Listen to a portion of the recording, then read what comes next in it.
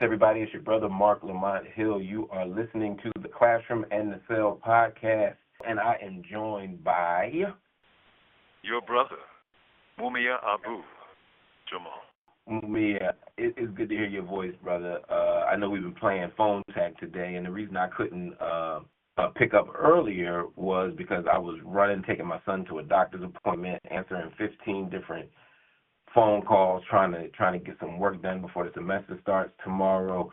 And I think for the first time in a long time, I feel I can admit to myself that I'm overwhelmed, and there's like this way that you can be overwhelmed at work, and then like the craziest stuff is happening in the world. We just saw Israel in South Africa. This is a call from Pennsylvania State Correctional Institution, Mahanoy. This call is subject to recording and monitoring. We saw Israel and Gaza in the court of justice. I'm stressed about that. I was at an event maybe 2 weeks ago, and a woman came and assaulted me with pepper spray as I was speaking. Serious? Yeah, man. I have to break that story down to you next time we talk. But like it's like one thing after another. And she was mentally unwell. It wasn't personal. She just wasn't well. But the whole point is like there's these moments where the world just feels so heavy, man. The world just feels so heavy, and I know. Well, let me not say I know. I assume that you must feel that heaviness sometime between the personal, the political, the psychological, the emotional. It can be profoundly overwhelming. Am I correct? Yeah. I remember I was listening to a sermon by Reverend Barber, and there was a moment. Yeah, by the way. A brilliant cat, and a beautiful cat too, man. Brilliant and beautiful and wonderful and committed.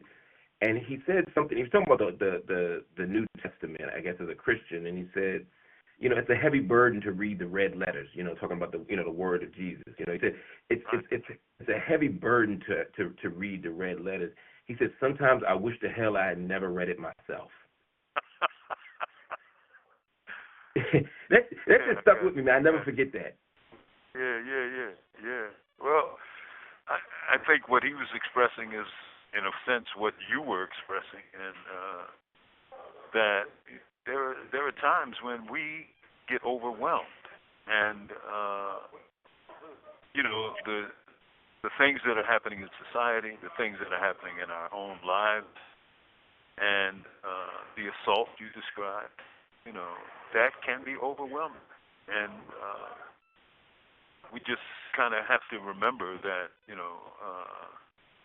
in those times, that... This is a call from Pennsylvania State Correctional Institution, Mahanoy. This call is subject to recording and monitoring. You've heard the saying, this too will change. The only constant in our lives is change. That's the only constant. Yeah. And, we have to kind of tilt, the windmills and try to make the wind blow a fresher, better way. Because, once you know, you can't unknow. That's what the Reverend Barber... Yeah! Once you know, you can't unknow. And,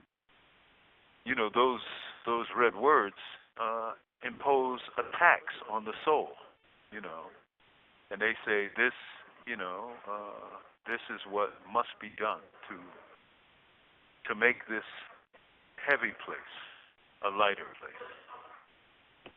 Man, do you ever? And I know you're in a unique position, being inside of the dungeons of Pennsylvania State Prison for 4 decades, man, and you are a political prisoner.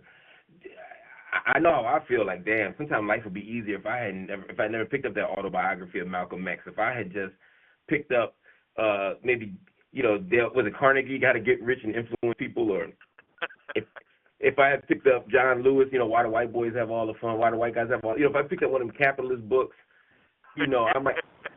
You know what I'm saying? Shit would be different, man.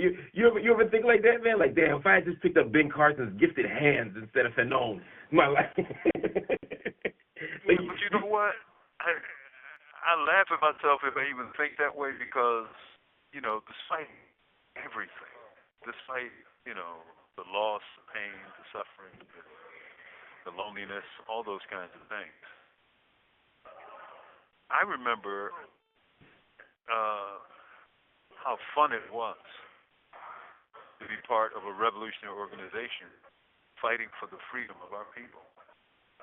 I mean, it was the greatest freedom in the world. I was a teenager, man. I left home when I was 15, going to California, Wow. because the party said they wanted me to work on the paper. I couldn't dream of anything better, And just being around those brothers and sisters was so electrifying and life affirming, and these brothers and sisters were so beautiful, It filled my soul, and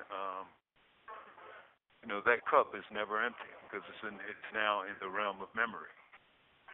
And every time I think of that period, I get energy from it. I mean, there's many people who've reached my age and have never felt freedom, never felt a moment of freedom, right?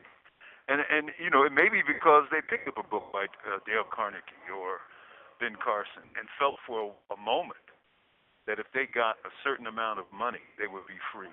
But, the richest among the rich are not free. When have you ever seen a billionaire say, I have enough?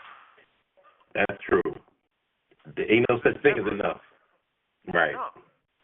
And I mean, these may be the richest men in the world, but when I look at them, they seem pretty miserable to me because all their creature comforts are met. But I don't know if I ever told you this story. I was up Huntington. That's death row, shorthand. And I was watching something on PBS, and this guy from one of the richest families on earth, one of the Delaware, rich, was doing an interview. And the reporter asked him, like, you're rich, you're one of the richest people on earth. What could you possibly want? And he looked at her. He was quiet for a moment. And he said, I would want someone who loves me for me, not for what I have. And I'm sitting on death row looking at this guy on PBS, and I felt sorry for him. Wow. He was free, Damn. He was, I think it was Heinz or one of those families, but he was a super millionaire, super duper millionaire from one of the richest families on the planet. But he knew that when people, especially women, met him, they were there for his money and not for him. I mean, And I said, I'm luckier than this guy. There are moments, man, where you can see past, the imagery. And if you're touched by love in your life, that's a blessing beyond wealth or anything like that, stature or anything like that. Because that's our human relation with other people. And that, love makes us human. Love makes us human, and man, that you ain't never lied about that. Love makes us human, brother. That sounds like no regrets. If you had the crystal ball, you still go back and pick up that Phenome book. You still be picking up that party paper back in the 60s, 70s. Yeah, hell yeah. Because it's I found so much in it that don't get me wrong. I'm 15 reading this stuff, and it's burning my eyes and scaring me to death. Right. But it was liberating too. It gave me a picture of what free black people look like. Plus, revolution was like right outside your window, right outside your door. Yeah. People walking around with afros, talking about black power and all that. And little sisters and old grandmamas was wearing dashikis and gaylades and stuff like that down Columbia Avenue. Woo. You dig? Yeah, man, I do. That's some beautiful stuff, man. And there's moments where, I wish we were at that moment because it felt like there was so much optimism and hope. And I remember you telling me this when we were working on the Classroom in the Cell book that we wrote 10 years ago, or more than 10 years ago.